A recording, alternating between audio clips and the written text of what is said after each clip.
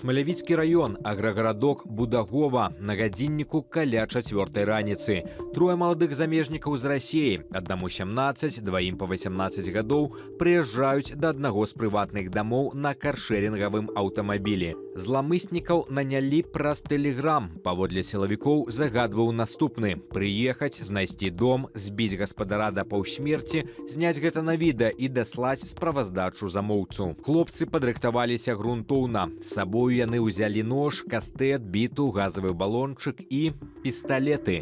Гаспадароў будынку выратавала сігналізацыя. Залезли через окно, все покажем. Хозяин дома был здесь.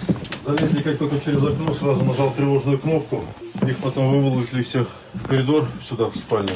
Поставили на колени, избивали бейсбольными битами и травматическими пистолетами по затылку. И снимали все это на видео. Трое пацярпелых цяпер у больніцы з цяжкімі траўмамі. За гэтую працу зламыснікам паабяцалі 300 тысяч расійскіх рублёў. Гэта каля 4000 долараў. Як узброеныя гастралёры змаглі трапіць у нашу краіну незаўважанымі? І адказ на паверхні – адсутнасць паўнавартаснага памежнага кантролю паміж Беларусю і Расіяй. У нашай усходняй суседкі, на жаль, такога кшталту злачынствы штодзённасць.